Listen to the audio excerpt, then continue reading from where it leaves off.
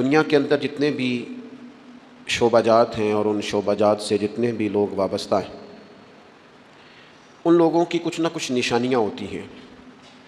ہر محکمے کی اپنی ایک مخصوص گفتگو اور زبان ہوتی ہے۔ مختلف اداروں میں بولے جانے والے الفاظ مختلف ہوتے ہیں۔ انسان بعض اوقات اپنے کام سے، بعض اوقات اپنی زبان سے، بعض اوقات اپنے لب و لہجے سے پہچانا جاتا ہے کہ یہ کس شعبے کا آدمی ہے۔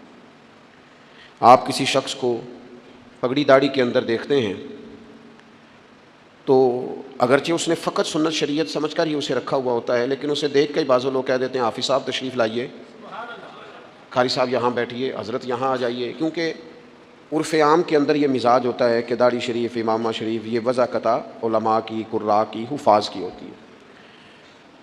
اسی طریقے سے اگر کسی شخص کو آپ دیکھتے ہیں کہ اس نے ایک مخصوص لباس پہنا ہے اور ایک مخصوص آلہ گلے میں لٹکایا ہوا ہے، تو آپ اسے دیکھ کر پہچان جاتے ہیں کہ یہ شخص ڈاکٹر ہے، تو آپ اس سے ظاہر ہے اس کے شعبے کے بارے میں گفتگو کرنی شروع کر دیتے ہیں۔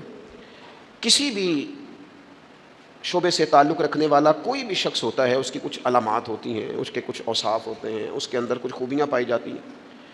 اس کے اٹھنے بیٹھنے، کام کرنے سے اور گفتگو کرنے سے اندازہ ہو جاتا ہے کہ بندہ کس شعبے کا ہے، کس مزاج کا ہے، کس طبیعت کا ہے۔ تو دنیا کے اندر اگر بہت سارے لوگ اپنے معاملات سے، گفتگو سے، آنے جانے سے پہچانے جاتے ہیں، تو بلا مثال و بلا تشبیہ سمجھانے کے لیے عرض کرتا ہوں، بندہ مومن کے اندر بھی کچھ خوبیاں ہوتی ہیں۔ جس طرح ڈاکٹری کی ڈگری لینے کے وجہ سے وہ ایک انسان تھا، عام آدمی تھا، لیکن ڈاکٹر بننے کے بعد اس کے اندر کچھ اضافی خوبیاں آئیں گی تو اسے ڈاکٹر مانا جانا، پہچانا جائے گا۔ عالم بننے کے بعد یا کسی بھی شعبے کا کوئی بھی ماہر بننے کے بعد اس کے اندر کچھ مخصوص خوبیاں آتی ہیں تو پھر اسے اس نام سے پکارا جاتا ہے۔ یاد رکھیے گا میرے عزیز، عام بندہ، عام انسان جب مسلمان ہو جاتا ہے، جب مومن ہو جاتا ہے، کلمہ پڑھ لیتا ہے، اللہ رسول پر صدق کے دل سے ایمان لاتا ہے، اس کے اندر کچھ علامات پیدا ہوتی ہیں، اس کے اندر کچھ خوبیاں آتی ہیں، اس کا اٹھنا بیٹھنا، بات کرنا وہ بدل جاتا ہے۔ وہ جب کسی اچھی چیز کو دیکھتا ہے تو ماشاءاللہ کہتا ہے، سبحان اللہ کہتا ہے۔ وہ کسی چیز پر شکر ادا کرتا ہے تو الحمدللہ کہتا ہے۔ وہ جب بات چیت کرتا ہے تو اس کے لفظوں، جملوں، بات کرنے کے انداز سے محسوس کیا جا سکتا ہے کہ بندہ مسلمان ہے، مومن ہے۔ تو صاحب ایمان شخص وہ اپنی علامات سے پہچانا جائے گا، اگرچہ صبح قیامت تو یہ دیکھا جائے گا کہ اس کے اندر ایمان کتنا تھا، گہرائی کتنی تھی، لیکن روزمرہ کے معاملات کے اندر اسے خود بھی سمجھنا چاہیے، خود بھی اپنا اسے محاسبہ کرنا چاہیے کہ میرے اندر ایمانداری کتنی ہے اور میں مومن کتنا ہوں، اس بات پر اسے غور کرنا چاہیے۔ قرآن مجید کی مختلف آیات کے اندر اللہ تعالیٰ نے صاحب ایمان لوگوں کی علامات کو اور نشانیوں کو بیان فرمایا ہے۔ آپ سورہ بقرہ پڑھیں گے تو ھدی للمتقین الذین یؤمنون بالغیب ویقیمون الصلاۃ ومما رزقناہم ینفقون، یہ علامات صاحب ایمان کی بیان کی۔ سورہ مومنون کے آغاز میں اللہ تعالیٰ نے صاحب ایمان لوگوں کی علامات کو بیان کیا، مختلف جگہوں پر مختلف انداز میں۔ قرآن حکیم کے اندر صاحب ایمان لوگوں کے تذکروں کو اللہ کریم نے بیان فرمایا۔ میں نے سورہ انفال کا ایک مقام آپ کے سامنے تلاوت کیا ہے۔ ان آیات کے اندر اتر کر، ان کی گہرائی میں غور کر کے، اور ان آیات کے اندر اللہ تبارک و تعالیٰ نے جو انداز کریمانہ اپنے کلام میں اختیار فرمایا ہے، اور جس خوبصورت پیرائے میں اور جس خوبصورت ترتیب میں اور جس حسن معنوی کے ساتھ قرآن مجید نے بندہ مومن کی شانوں کو بیان فرمایا ہے، اس پہ ذرا اتر کر دیکھیں، اس کا ذرا کیف لے کر دیکھیں۔ فرمایا انما المؤمنون الذین اذا ذکر اللہ وجلت قلوبہم، فرمایا بے شک ایمان والے تو وہ لوگ ہیں جب اللہ کا ذکر کیا جاتا ہے تو ان کے دل ڈر جاتے ہیں۔ وجلت قلوبہم، اللہ تعالیٰ کے جلال کے ساتھ ان کے دل ڈرتے ہیں، ہیبت زدہ ہو جاتے ہیں صرف اللہ کا ذکر کر دینے سے ہی۔ اور قرآن مجید کا حسن دیکھ کے یہ نہیں فرمایا بندے ڈر جاتے ہیں، وجلت قلوبہم، ان کے دل ڈر جاتے ہیں، ان کے دلوں پر ہیبت طاری ہو جاتی، ڈر جاتے ہیں۔ وَإِذَا تُلِيَتْ عَلَيْهِمْ آيَاتُهُ زَادَتْهُمْ ایمانا، اور فرمایا جب اللہ کی آیتیں ان پر تلاوت کی جاتی ہیں تو ان کا ایمان ترقی پا جاتا ہے۔ اللہ کا ذکر ہو تو دل ڈر جاتے ہیں، قرآن مجید پڑھا جائے تو ایمان ترقی پذیر ہو جاتا ہے، مضبوط ہو جاتا ہے، اس کے اندر اللہ تبارک و تعالیٰ کیف میں اضافہ کر دیتا ہے۔ یہ صاحب ایمان آدمی کی شان ہے۔ اور فرمایا یہ لوگ کون ہیں؟ وَعَلَىٰ رَبِّهِمْ يَتَوَكَّلُونَ، یہ وہ لوگ ہیں جو بھروسہ اپنے رب پر کرتے ہیں، ساری امیدیں، ساری آرزویں اپنے مالک سے وابستہ کرتے ہیں، ان کا سارا اعتماد اپنے مالک کریم پر ہوتا ہے۔ یہ مومنوں کی شان ہے۔ اور پھر ارشاد فرمایا الذین یقیمون الصلاۃ ومما رزقناہم ینفقون، یہ وہ لوگ ہیں جو نماز قائم کرتے ہیں اور جو کچھ ہم نے انہیں دیا ہے اس میں سے اللہ کی راہ میں خرچ کرتے ہیں۔ ایک تو ان کے دل ڈر جاتے ہیں اللہ کے ذکر سے، دوسرا یہ کہ جب قرآن مجید کی آیات تلاوت کی جاتی ہیں تو ایمان ترقی پاتا ہے، تیسرا یہ کہ یہ لوگ اپنے رب پر بھروسہ کرتے ہیں، چوتھا یہ کہ نماز کو قائم کرتے ہیں، الذین یقیمون الصلاۃ، نماز قائم کرتے ہیں، اپنے ظاہری اور باطنی تمام آداب کے ساتھ نماز پابندی سے ادا کرتے ہیں، وَمِمَّا رَزَقْنَاهُمْ يُنْفِقُونَ، اور جو ہم نے ان کو دیا ہے اس میں سے خرچ کرتے ہیں ہماری راہ میں۔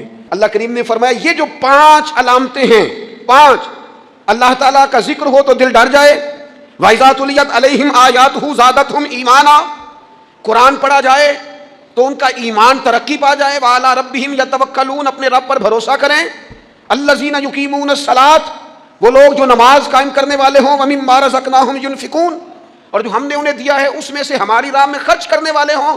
فرمایا جن لوگوں کے اندر یہ 5 علامتیں پائی جائیں گی، اولئک هم المؤمنون حقا، فرمایا یہ سچے مومن ہیں۔ کرتے پھریں اپنے حساب سے لوگ تشریح نکالتے پھریں کہ میرے سے اچھا مسلمان کون ہوگا، لیکن رب کا قرآن کہتا ہے اپنا محاسبہ کر کے دیکھ لو، اس کا ذکر ہو تو دل ڈرتا ہے، اپنا محاسبہ کر کے دیکھ لو، قرآن کی آیتیں پڑھی جائیں تو ایمان میں ترقی ہوتی ہے۔ اپنے آپ سے پوچھ لو رب پر بھروسہ کتنا ہے، اپنے آپ سے سوال کرو نماز قائم کرنے میں تمہارا معیار کیا ہے، یہ دیکھو کہ تم اللہ کے راہ میں خرچ کرنے کے معاملے میں کتنے سخی واقع ہوئے ہو۔ اگر یہ 5 باتیں پائی جاتی ہیں تو اولئک هم المؤمنون حقا، میرا رب فرماتا ہے یہ وہ سچے مومن ہیں جنہیں رب سچا مومن فرماتا ہے۔ یہ اللہ کا فیصلہ ہے کہ اولئک هم المؤمنون حقا، یہ سچے مومن ہیں، یہ سچے مومن ہیں، یہ سچے مومن ہیں۔ اللہ کہتا ہے یہ ہیں جو میں تمہیں بتا رہا ہوں، یہ ہیں میرے بندے، یہ سچے مومن۔ یا اللہ تو انہیں کیا دے گا، کیا عطا کرے گا جب تو کہہ رہا ہے کہ اولئک هم المؤمنون حقا، یہ سچے، یہ قرآن مجید کا مزہ تو لو یار کتنا زیادہ ہے، یہ سچے مومن ہیں۔ یا اللہ تو کیا دے گا انہیں، فرمایا لہم درجات عند ربہم، ان کے درجے ان کے رب کے پاس ہیں۔ اس کا ایک معنی مفسرین نے یہ کیا ہے، یہ جو کہا نا لہم درجات عند ربہم، ان کے درجے ان کے رب کے پاس ہیں، مالک فرماتا ہے اس کا ایک معنی مفسرین نے یہ کیا، یہ تو تمہیں قیامت میں پتا چلے گا کہ رب انہیں کیا کیا عطا فرمایا۔ لہم درجات عند ربہم، تمہیں کیا بتائیں اللہ انہیں کیا دے گا، ان کے درجے ان کے رب کے پاس ہیں، اس نے لکھ دیا، ان کا اجر طے کر دیا، ان کا انعام ان کے لیے مالک کریم نے اپنی رحمت سے فیصلے کر دیے کرم والے۔ ہاں تم اگر دنیاوی طور پر دیکھنا چاہو، تم اگر سمجھنا چاہو تو فرمایا وَمَغْفِرَةٌ وَرِزْقٌ کریم، ان کے درجے ہیں ان کے رب کے پاس اور ان کے لیے بخشش ہے، جو خطائیں ہو گئیں بھول کے وہ اللہ معاف کر دے گا، ان کے لیے بخشش ہے۔ اور یہ مت سمجھنا کہ صرف آخرت میں ہی نتیجہ ملے گا، یہ مت سمجھنا صرف بخشش ہی ملے گی، یہ مت سمجھنا کہ صرف اخروی زندگی ہی بہتر ہوگی، وَرِزْقٌ کریم، فرمایا ان کے لیے عزت والی روزی ہے۔ اوئے ہوئے ہوئے، اللہ کرے آپ سمجھیں قرآن مجید کا مزہ۔ وَرِزْقٌ کریم، انہیں میں باعزت رزق عطا کروں گا، روزی بھی ملے گی پر کہیں رسوا نہیں ہونا پڑے گا، روزی ملے گی پر ذلت والی نہیں، وَرِزْقٌ کریم۔ کبھی پلٹ کے دیکھو نا رب کے بندوں کی شان، اللہ انہیں رزق عطا فرماتا ہے تو عزت والا عطا فرماتا ہے، وقار والی روزی میں دوں گا، وقار والی۔ بس تم 5 چیزیں پیدا کرو اپنے اندر۔ ایک تو یہ دیکھو جب رب کی یاد ہوتی ہے تو دل ڈرتا ہے کہ نہیں، قرآن پڑھا جاتا ہے تو ایمان مضبوط ہوتا ہے کہ نہیں، تمہارا رب پر بھروسہ کتنا ہے، اعتماد خالق کتنا ہے، یہ اپنے اندر پیدا کرو۔ اور فرمایا نماز قائم کرو، اللہ کے راستے میں خرچ کرو، تم یہ 5 چیزیں پیدا کرو، رب کہتا ہے مومن بھی تم پکے ہو، درجے بھی بڑے دوں گا، جو خطائیں غلطی سے ہو گئیں وہ معاف بھی کر دوں گا، وَرِزْقٌ کریم، روزی ملے گی عزت والی۔ یہ کامل مومن کی نشانیاں قرآن مجید سورہ انفال میں بیان۔ ہم نا بعض ایسی چیزوں کا آہستہ آہستہ شکار ہوتے جا رہے ہیں جن میں ہمیں انتہائی زیادہ سمجھداری کی ضرورت ہے، معاملہ فہمی کی ضرورت۔ بندہ مومن کیا ہوتا ہے، اس کی علامتیں ہوتی ہیں، اس کی شانیں ہوتی ہیں، مومن کا ایک اپنا وقار ہوتا ہے، اس کی اپنی ایک الگ وزاداری ہوتی ہے، اس کا ایک اپنا اللہ تبارک و تعالیٰ نے سٹیٹس بنایا ہوتا ہے۔ ہمیں اپنا معیار قائم کرنا چاہیے، اور معیار وہ قلب سے قائم ہوگا، وہ روح سے قائم ہوگا، وہ باطن سے قائم ہوگا۔ بندہ مومن کا مقام سب سے پہلے اسے خود پتہ ہونا چاہیے کہ میرا توکل کتنا مضبوط ہے، اسے خود پتہ ہونا چاہیے۔ مجھے نہیں پتا آپ میں سے فجر کس کس نے پڑھی ہے، مجھے تو اپنا پتہ ہے، یہ ہمیں خود پتہ ہونا چاہیے کہ ہمارا معیار کیا ہے نماز کے معاملے میں. میں نہیں جانتا آپ کی جیبوں میں کتنا ہے اور آپ کتنا اللہ کی راہ میں خرچ کرتے ہیں. یہ بندے کا رب سے رشتہ ہے, یہ آپ جانے, آپ کا خدا جانے, میں جانوں, میرا رب جانے. اللہ کی ذات پر بھروسہ کتنا ہے, یہ لوگوں سے نہ پوچھتے پھریں, لوگوں کو نہ بتاتے پھریں. یہ تو دل کا معاملہ, اپنے آپ سے پوچھیں, اپنے آپ کو خود اپنے سامنے کھڑا کریں, اپنا حساب خود کریں, اپنے سے کبھی کبھی سوال و جواب کریں, اپنے سے گفتگو کریں. پر کیا کریں, ہم ساری زندگی اپنا دنیاوی معیار ہی ٹھیک کرتے رہے, اپنے پیسوں کا حساب ہی لگاتے رہے, گھر مکان گاڑی اسٹیٹس آنا جانا سلام دعا کتنی ہے. یہ ساری چیزیں جن لوگوں کی مضبوط ہیں نیند ان کی کچی ہے. دنیاوی اسٹیٹس جتنا لوگوں کا مضبوط ہے سوچیں ان کی ٹوٹی ہوئی ہیں, نظریات بکھرے ہوئے ہیں, لفظوں اور جملوں میں کمزوری ہے, باتیں جو ہیں وہ محسوس ہوتا ہے کہ ابھی تک یہ بندہ اطمینان ہی نہیں حاصل کر سکا زندگی میں, ابھی تک کوئی گفتگو پکی نہیں, کسی بات میں وزن نہیں, کسی جگہ ٹھہراؤ نہیں. کب ہوگا؟ رب کہتا ہے پہلے اپنے دل سے پوچھ, یہ ادھر ادھر کی باتوں سے تو ڈرتا ہے, یہ رب سے کتنا ڈرتا ہے. پتہ ہے نبی پاک علیہ السلام کے صحابہ کا سٹیٹس کیا تھا, معیار کیا تھا رب سے ڈرنے کا؟ دو چیزیں ایمان کو مضبوط کرتی ہیں, ایک رب سے ڈرنا, ایک اس کی رحمت کی امید رکھنا.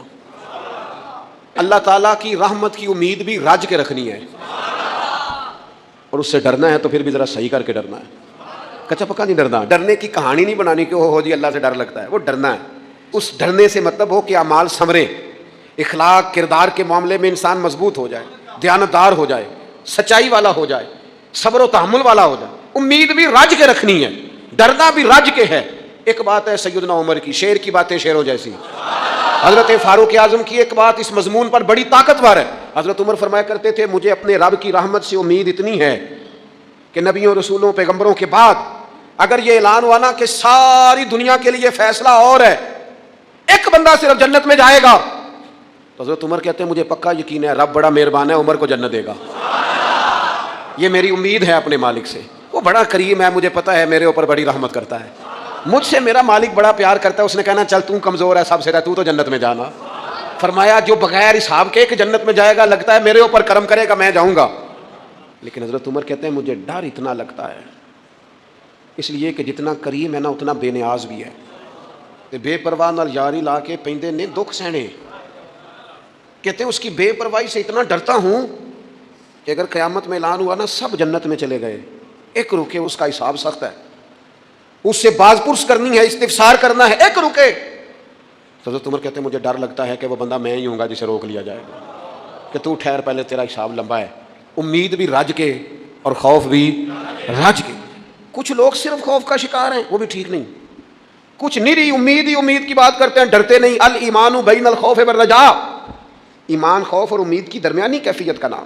اپنے آپ کو دیکھیں, اپنے اوپر غور کریں, اپنے دل کا معیار چیک کریں. بندہ مومن کی کچھ علامتیں ہوتی ہیں, اس کی کچھ شانیں ہوتی ہیں, ان شانوں پر غور کریں. ہم نا جب تک اپنے باطن کو مضبوط نہیں کر لیتے, جب تک ہم روحانیت کی مضبوطی اپنے اندر پیدا نہیں کر لیتے, اور جب تک ہم روحانی طور پر طاقتور نہیں ہو جاتے, آپ لاکھوں روپے کا جوڑا پہن لیں اور آپ کا قد بڑا اونچا ہو اور آپ کا چہرہ بڑا روشن ہو, لیکن اندر اگر نور نہیں ہے نا میرے دوست, تو لوگ تو ہو سکتا ہے آپ کی فوٹو بڑے شوق سے کھینچیں کہ بڑا قد کاٹ ہے, لیکن آپ بے قرار ہیں. آپ کو پتہ ہے کہ اس مہنگے لباس کے اندر میرا دم گھٹ رہا ہے. آپ کو محسوس ہوتا ہے کہ اس کشادہ مکان کے اندر بھی مجھے بے قراری محسوس ہوتی. آپ اپنے اندر ایک عجیب سی تکلیف محسوس کرتے ہیں. لیکن اگر آپ کا باطن مضبوط ہو جائے, اللہ پہ بھروسہ ہو جائے, زندگی اس کی بارگاہ میں جھکنے والی ہو جائے, رسول پاک کے دروازے کی گدا بن کے بندہ جینا شروع کر دے, آپ یقین کریں سادے کپڑوں کے اندر بھی کئی دفعہ بندہ محسوس کرتا ہے یار میرا لباس تھوڑا سا سستا ہے, پر اللہ تعالیٰ نے جو مجھے ایمان عطا کیا ہے وہ سب سے زیادہ مہنگی چیز ہے, وہ سب سے زیادہ طاقتور چیز ہے. اپنے باطن میں خاص خصوصیات پیدا کریں, اپنے آپ کو ٹائم دیں, اپنی قلبی کیفیات پر زیادہ توجہ کریں. زیادہ مجھے فوٹو شوٹو کھینچنے کا زیادہ تجربہ نہیں ہے, مصروفیات زیادہ رہیں تو میں اس طرف نہیں آ سکا. تو ایک بچے نے مجھے, ایک دوست نے ایک دن بتایا کہ وہ تصویر کھینچنے کے بعد پھر اس پر کچھ کام ہوتا ہے تو فوٹو اور زیادہ سونی لگنے لگ جاتی. اس نے بات کر دی, میں نے سن لی, وہ بات کر کے گزر گیا. تھوڑی دیر کے بعد مجھے کہنے لگا پریشانی ہے. میں نے کہا نہیں. کہنے لگا میں نے ایک سادی سی بات کی تھی, پتہ نہیں کوئی آپ تو کہیں کھو گئے. اس کے بعد میں نے 2-4 باتیں کی ہیں پر آپ نے ہاں نہ ہی نہیں کی, توجہ نہیں کی. میں نے اسے کہا, میں نے کہا پتر تو آکھیا ہے فوٹو تے تھوڑی محنت ہو جائے تو سونی لگن لگ جاندی. تو میں سوچن لگ پیا جی بندہ تھوڑی جی محنت دل تے بھی کر لے, تھوڑی جی محنت نہ دل تے کریے تے جے کدے وہ سونا ہو جائے نا، پاک ہوویں تے پاک ہی ملدا ہی، تے بنا پاکوں پاک نہیں ملدا۔ سارے جسم دے دھون دے نالوں اکو دھولا ہے ٹکڑا دل دا۔ اگر تھوڑی سی محنت روح پہ ہو جائے، تھوڑی سی اندر تھوڑی توجہ کرے، وہ اگر تھوڑا چمکدار ہو جائے نا، کچھ غلاظتیں، کچھ نفرتیں، کچھ قدورتیں، کچھ عداوتیں، کچھ تکبر، کچھ حسد، کچھ بددیانتیاں، کچھ یہ چیزیں تھوڑی نکل جائیں، آپ یقین کریں بڑا چمکدار ہو جائے دل، بڑا سونا ہو جائے، بڑا حسین ہو جائے۔ یہ باطن ٹھیک ہو جائے نا تو اللہ کی ساری مخلوق حسین لگنے لگ جاتی ہے۔ بندے کو نا کچھ عجیب سی کیفیات سے اللہ مالا مال کرتا ہے، اسے کوئی اللہ تعالیٰ ایسا انشراح صدر دیتا ہے، دل کو ایسا ٹھنڈا کرتا ہے، سکون نصیب ہو جاتا ہے۔ نبی اکرم نور مجسم شفیع معظم صلی اللہ تعالیٰ علیہ وآلہ وسلم سے پوچھا گیا، یا رسول اللہ ایمان کیا ہے؟ یہ کیفیت کا نام ہے نا، ایمان کی صورت تو نہیں ہوتی، ایمان کا روپ تو نہیں ہوتا، وہ مجسم شکل میں تو نہیں ہوتا، ایک باطنی کیفیت ہے نا۔ یا رسول اللہ صلی اللہ تعالیٰ علیہ وسلم آپ سب سے اعلیٰ اس کا معیار آپ ہی جانتے، کریم بتا دیجئے، ایک بندہ نوازی فرمائیے ایمان کیا ہے؟ تو نبی اکرم صلی اللہ تعالیٰ علیہ وسلم نے فرمایا، جب تمہاری نیکی تمہیں خوش کرنے لگے اور جب تمہارا گناہ تمہیں غمگین کرنے لگے تو مطلب یہ ہے کہ تم مومن ہو۔ اور اگر گناہ کر کے بھی تم غمگین نہیں ہوتے، تکبر کر کے بھی تم غمگین نہیں، حسد کر کے بھی غمگین نہیں، حرام کھا کے بھی غمگین نہیں، لوگوں کا دل توڑ کے بھی غمگین نہیں، کسی کے حق پہ قبضہ کر کے بھی تمہیں غم کوئی نہیں، بہت سارے لوگوں کو بیوقوف سمجھ کر، نادان سمجھ کر، احمق کہہ کر، جاہل کہہ کر، عزتیں اتار کر بھی تم غمگین نہیں ہوتے، تو اس کا مطلب ہے تم نے معیار ایمان کو نہیں پایا۔ حضور فرمانے لگے نیکی خوش کرے اور گناہ تجھے غمگین کرے۔ آپ یقین کریں اب نہیں کرتا لوگوں کو گناہ غمگین، لوگ کسی بندے کا دل توڑ کے، اس کی عزت اتار کے، اسے پریشان کر کے، جھڑک کے کہتے ہیں آیا تھا بندہ سنائیا میں نے چار، وہ تمہیں گناہ کر کے اب تو بتا رہا ہے، کسی کو ڈانٹ ڈپٹ کے دل توڑ کے کہانیاں سنا رہا ہے، چلاکیاں کر کے اور تیزیاں دکھا کے، یہ تو بندہ مومن کی شان نہیں ہے۔ میرے کریم نے تو فرمایا نیکی تجھے سکون دے، اور جب تو گناہ کر کے غمگین ہو تو اس کا مطلب ہے تم مومن ہو۔ تو فوراً عرض کی یا رسول اللہ پھر بتا دے گناہ کیا ہوتا ہے؟ تو حضور فرمانے لگے جو چیز تیرے دل میں کھٹکے وہی تو گناہ ہے۔ وہ جو چبھ رہی ہے نا، مومن کے دل میں غلطی چبھتی ہے، کھٹکتی ہے، اسے پریشان کرتی ہے یہ غلطی، اگر وہ چبھتی ہے تو پھر اس کا مطلب ہے وہ گناہ ہے۔ آج کل نا لوگوں نے گناہ کو گناہ سمجھنا چھوڑ دیا۔ کسی نے کہا تھا جنوں کا نام خرد رکھ دیا، خرد کا جنوں، جو چاہے آپ کا حسن کرشمہ ساز کرے، آپ جو چاہیں نام رکھیں، جو آپ کی طبیعت آئے آپ وہ کام کریں، آپ اپنی مرضی سے نیکی اور بدی کا معیار قائم کر لیں، یہ ٹھیک نہیں ہے۔ اللہ کے رسول صلی اللہ تعالیٰ علیہ وسلم نے جو آئینہ ایک بندہ مومن کے لیے بنایا ہے، اس آئینے کو ہمیشہ برقرار رکھا جائے، اپنے اندر وہ علامات تلاش کی جائیں جو ایمان کے بعد مومن کے اندر تبدیلیاں آتی ہیں، قلبی طور پر، روحانی طور پر اور اخلاقی طور پر۔ میں دیکھتا ہوں آج کل نا ہمارے ہاں سب سے زیادہ جس چیز کا فقدان ہے وہ محبت ہے۔ ہمارے لہجے، ہمارا انداز، ہمارا طریقہ، ہمارا اٹھنا بیٹھنا، اس کے اندر نا محبت نہیں، ہم نا لہجے الفت والے نہیں، مزاج محبت والا۔ کسی جگہ یار کوئی چلو پنجابی بندے ہیں، ایک دیسی گل تو سنانے میں مزہ آئے گا۔ وہ ایک جگہ نا کہیں ہم بیٹھے تھے ایک دفعہ، تو کسی شخص نے کسی سے کوئی لینی دینی تھی چیز، تو اس نے بات کی، تو آپ کو پتہ ہے وہ ریٹ لینے والا بہت زیادہ مانگ لیتا ہے اور دینے والا کوشش کرتا ہے صفر سے شروع کروں، نیچے سے ریٹ دیتا ہے۔ اس نے کوئی بات کی، ریٹ تھوڑا بتایا تو سامنے والا ناراض ہو گیا، کہنے لگا تو کس نے بندہ کنج دی گل کی تھی۔ اب یہ جو ریٹ لگانے والا تھا اس نے بڑا حسین بات کی، وہ بندہ جواب میں بڑے غصے میں آ گیا، اس نے تلخ لب و لہجہ، لگتا تھا تھوڑی دیر کے بعد اٹھ پڑے گا، گریبان تامے گا۔ تو آج کے کہنے لگا یار وہ لینا دینا تے مقدرہ ہے، گل تے پیار نال کر۔